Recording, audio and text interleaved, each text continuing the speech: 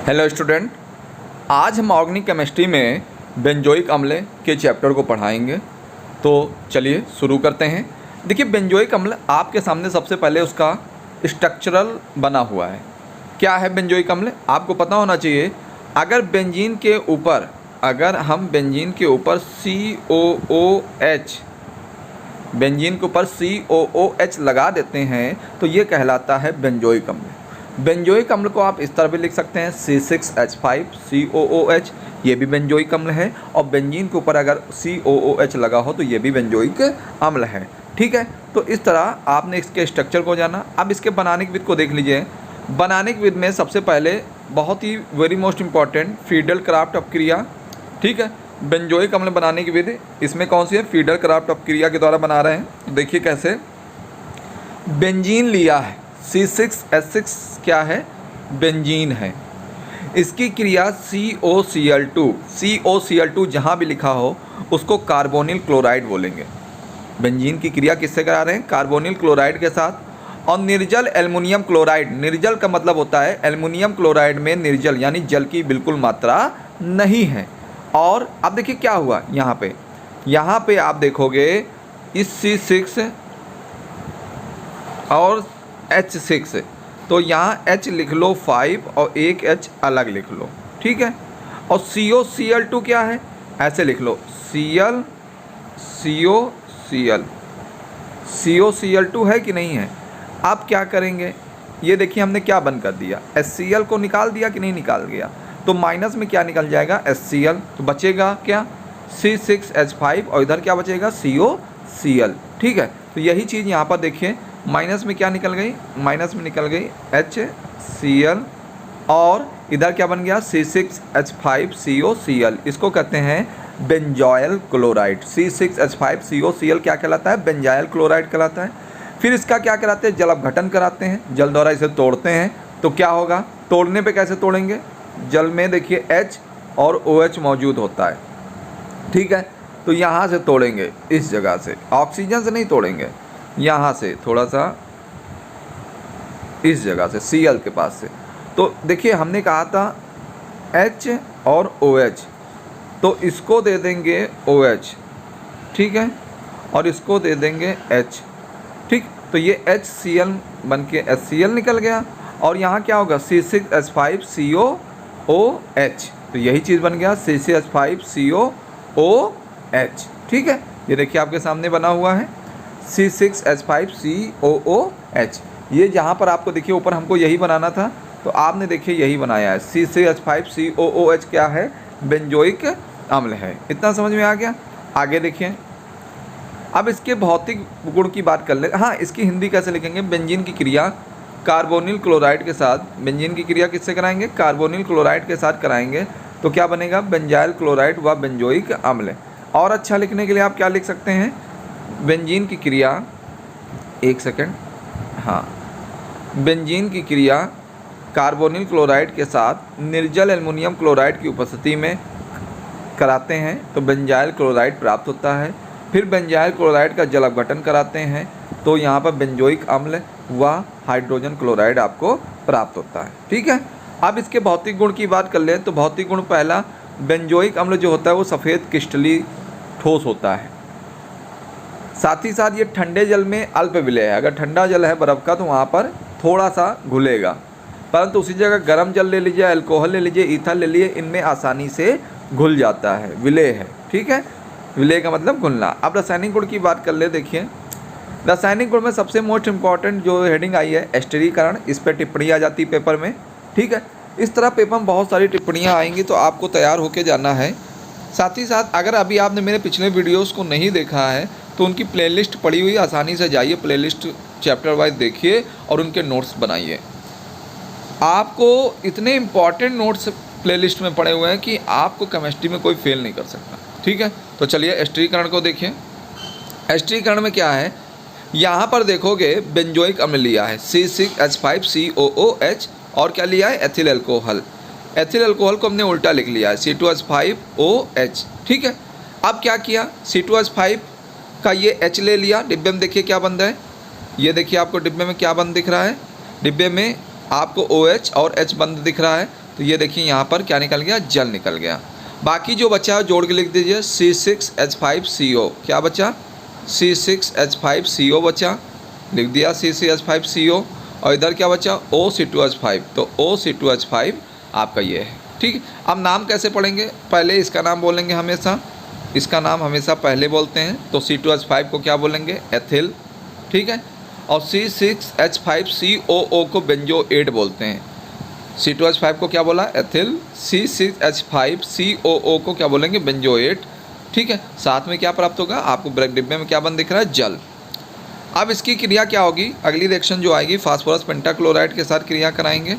तो phosphorus pentachloride के साथ क्रिया जैसे ही कराएंगे, PCl5, P को बोलेंगे फास्फोरस, P को क्या बोलेंगे, P को बोलेंगे यहाँ पर फास्फोरस, 5 को बोलेंगे पेंटा और Cl को बोलेंगे क्लोराइड। P को बोला फास्फोरस, 5 को बोला पेंटा, Cl को बोला क्लोराइड। फास्फोरस पेंटाक्लोराइड से बेंजोइक अम्ल की जैसे ही क्रिया कराएंगे तो देखिएगा 100%, देखिए हमेशा याद कर लीजिए, जब भी PCl5 की अगर क्रिया हो रही हो तो POCl3 और HCl जरूर बनेगा, POCl3 और HCl जरूर बनेगा, इसको याद रखिएगा।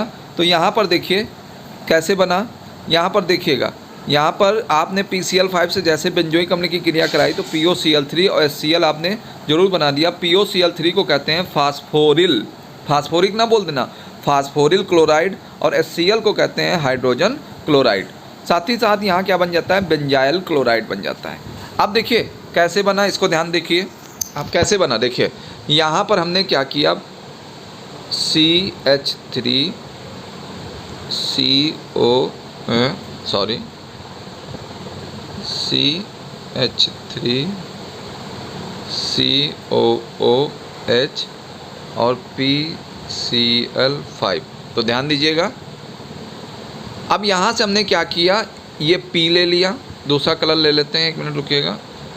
यहाँ पर हमने क्या किया, ये P ले लिया, एक O ले लिया, और यहाँ कितने Cl हैं, 5, 5 में से 3 Cl ले लिए, तो ये POCl3 निकल गया। ठीक, अब ये एक H, अभी कितना Cl 3 यूज किया, अभी 2 बाकी है, तो एक H और एक इसका Cl लेके HCl निकाल दिया, निकल गया। अब बचा क्या, यहाँ तो C6H5 होना चाहिए, C6H5CO, और यहाँ एक Cl बचा है ना, क्योंकि 3 1 4 Cl यूज कर चुके हैं, तो क्या बचा, C6H5COCl। इसी को बोलते हैं, CCH5COCl को क्या बोलते हैं, बेंजाइल क्लोराइड।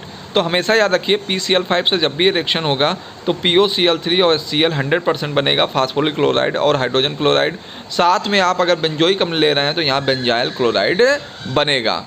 आगे आ जाइए, अगली रिएक्शन है विकार्बोक्सिलीकरण। ठीक है, विकार्बोक्सिलीकरण में देखोगे आप, यहाँ पर हम किससे क्रिया, बेंजोइक अम्ल की क्रिया आप करा रहे हैं यहाँ पर सोडा लाइम से। सोडा लाइम क्या होता है, soda lime NaOH plus CaO का मिश्रण होता है। NaOH और CO का मिश्रण जो ये है, ये कहलाता है सोडा लाइम। तो देख लीजिए यहाँ पर सोडियम बेंजोएट लिया, आपकी बेंजोइक अम्ल नहीं लिया, आपकी क्या किया, सोडियम, Na को बोला सोडियम, और CCH5COO को क्या बोल रहा है, बेंजोएट।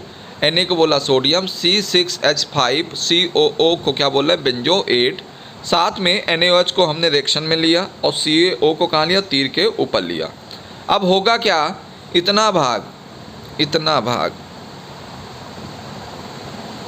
ठीक है, थोड़ा सा और अच्छी तरीके से,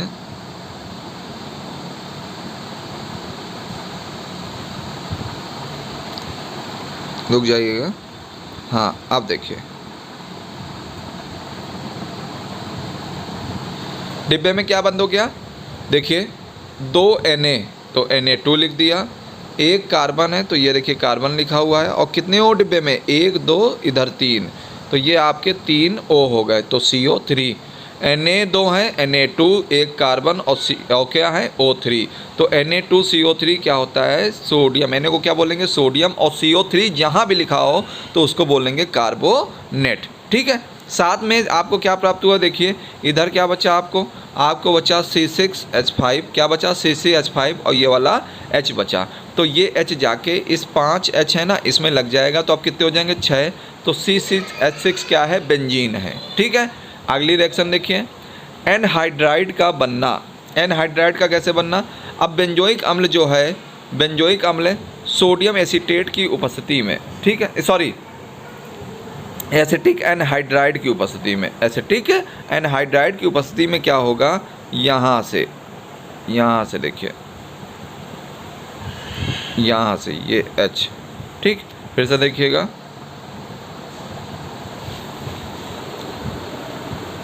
ये OH, यानी क्या करना है, देखिए इसका क्या लेंगे OH और इसका लेंगे H, क्या निकाल दिया, जल निकाल दिया, बचा क्या CCH5CO, C6H5CO, इधर क्या बचा CCH5CO, CCH5CO और एक और एक्स्ट्रा बच रहा है ये वाला। तो CCH5CO, C6H5CO से इन दोनों O को क्या करेंगे, जोड़ देंगे।